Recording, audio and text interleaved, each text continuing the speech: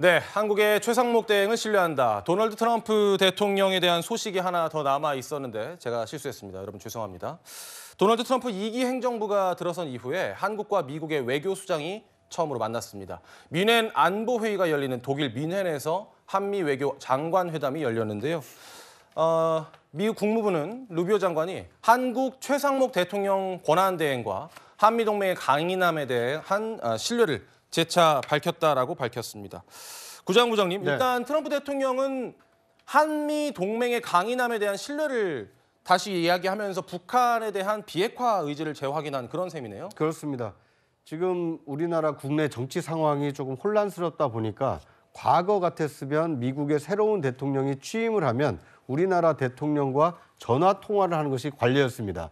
미국에게도 우리나라는 중요한 나라고 우리나라에게도 미국은 굉장히 중요한 나라이기 때문에 미국에서 새로운 대통령이 취임하면 한미 동맹을 어떻게 이끌고 나갈 것인가, 한미 동맹을 어떻게 강화할 것인가, 이거에 대한 양국 정상의 전화회담, 그리고 나서 정상회담 일정이 잡히는 것이 과거 정권의 관례였습니다. 그런데 현재는 현직 대통령 직무가 정지되어 있고 탄핵 심판이 진행이 되다 보니까 한미 사이에 새 정부가 출범했는데 어떻게 되는 것이냐, 이거에 대해서 상당히 의아해하고 궁금해하는 분들이 많았는데요. 다행히 새로운 이 국무장관과 우리나라 외교부 장관이 만나서 한미동맹의 강인함에는 변화가 없다. 그리고 지금 그 대한민국 국정을 이끌고 있는 최상목 대행에 대한 이 신뢰를 표현함으로써 한미동맹의 굳건함을 국제사회에 재확인했다.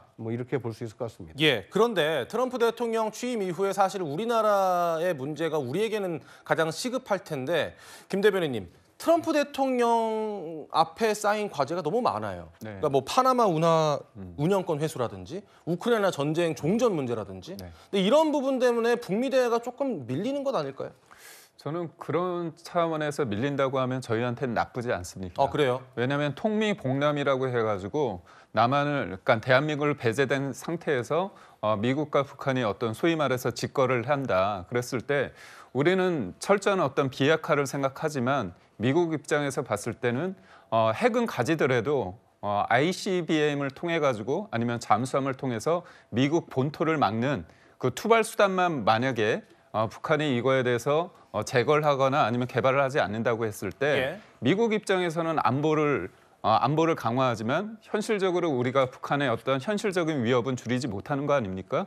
그런 차원에서 봤을 때 지금의 어떻게 보면 대통령이 직무 정지된 상태에서 봤을 때 이 우리의 어떤 진정성 있는 내용과 그다음에 이런 우리의 어떤 입장이 미국의 어떤 국익과 상충되지 않는다. 이것이 단순한 대한민국을 지키는 게 아니라 중국과의 관계 속에서 중국을 봉쇄하고 견제하는 데 있어서 우리의 함께하는 비핵화 전략이 맞다. 이런 것들을 전달하기 위해서는 어떤 지금의 상황이 좀 변해야 되거든요. 그런 과정 속에서의 어떤 시간이 필요한데 지금의 1년에 트럼프가 맞이해야 될 숙제가 많다는 건 역설적으로 우리한테는 조금 준비할 시간을 준다. 이런 차원에서는 나쁘지 않은 상황이다. 이렇게 봅니다.